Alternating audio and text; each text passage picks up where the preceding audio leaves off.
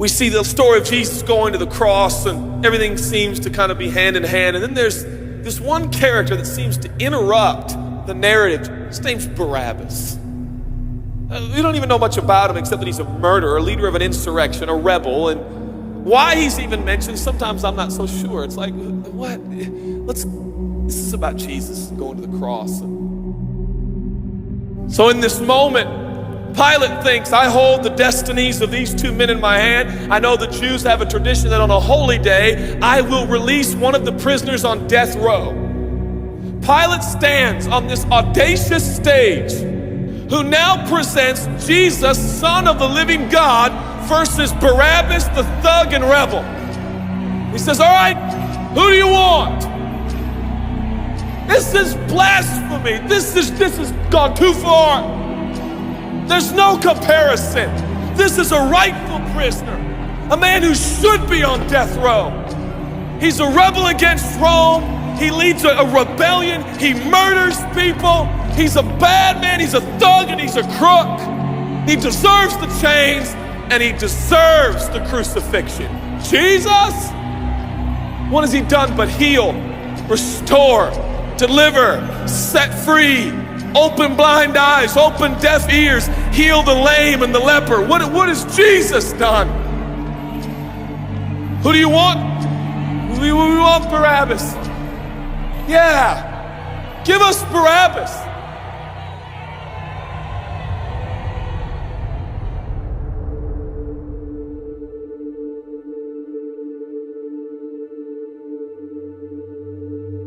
People say, give us Barabbas. The Roman soldiers come up and they put the key in and they unlock Barabbas from his chains and shackles. And he walks down the platform, welcomed by all of his thug friends. Yeah, the people love me. Yeah, that's right. I don't even know who this Jesus guy is, but all I know is my people love me.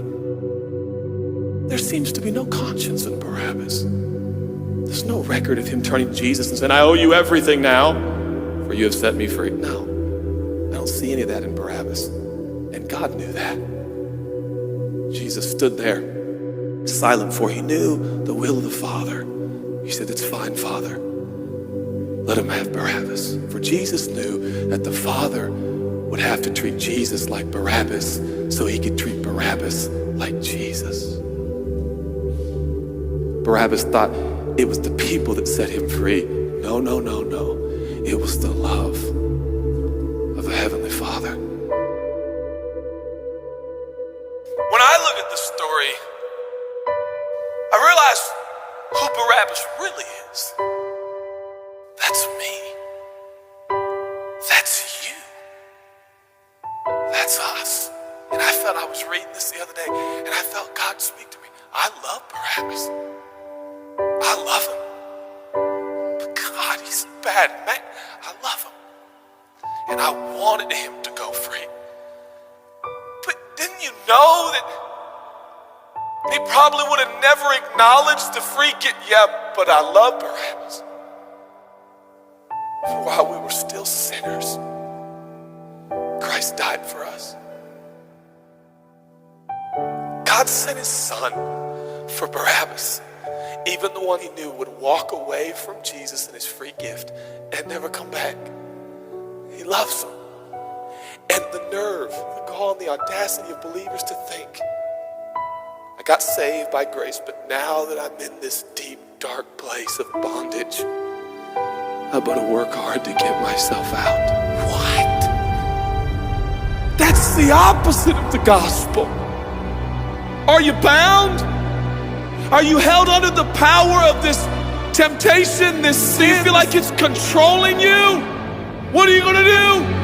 I'm gonna shake myself free. Stop it! No, you won't! You're no match for the powers of hell and the urges of sin. You will not overcome it, and you will never overcome it. You'll just be another statistic. There's no answer within yourself. Your own marriage, your own goodness, your own discipline, your own devotion will not save your marriage and will not save your kids. There's only one. And he's the one that took your place. He's the one that stood silently on the platform with Pilate and said, yes, let him have Barabbas. Take me. How many times have I stood on that platform with Pilate and Jesus, and I'm the Barabbas, and they start to take my chains off, and I say, no, no, I deserve this.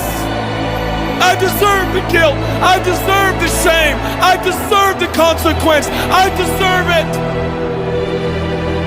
Jesus seems to look at me, say, no, son, let me have it. Let me have your sin. Let me have your pain. No, God, I did it to myself. I deserve it. My marriage won't make it. This is what I deserve. I deserve divorce. I deserve poverty. I deserve sickness. I deserve it all. No!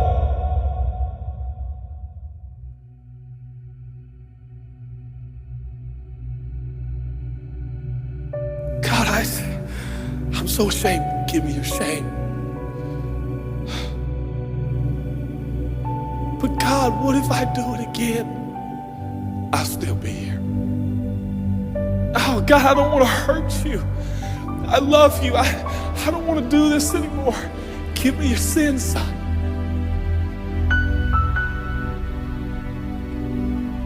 This is all we got. It's all I got. It's all you got.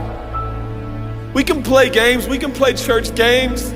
We can pretend like some people are better than others and that's why they're blessed, or we can all come to the honest conclusion that it's God. And it's God alone. The greatest challenge is not your discipline, your devotion, your focus.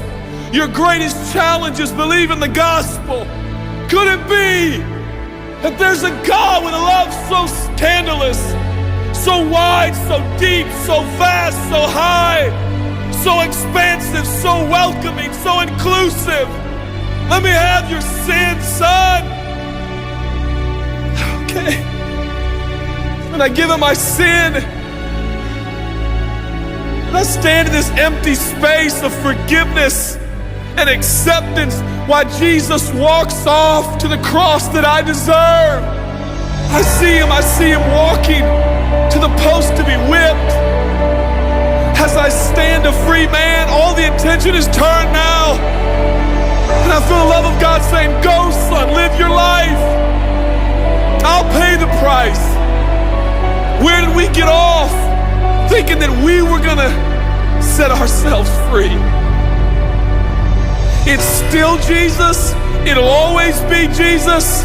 It'll never stop being the power of Jesus. If his blood is sufficient for your salvation, his blood is sufficient to sustain you through every challenge and every sin and every temptation. Jesus is enough.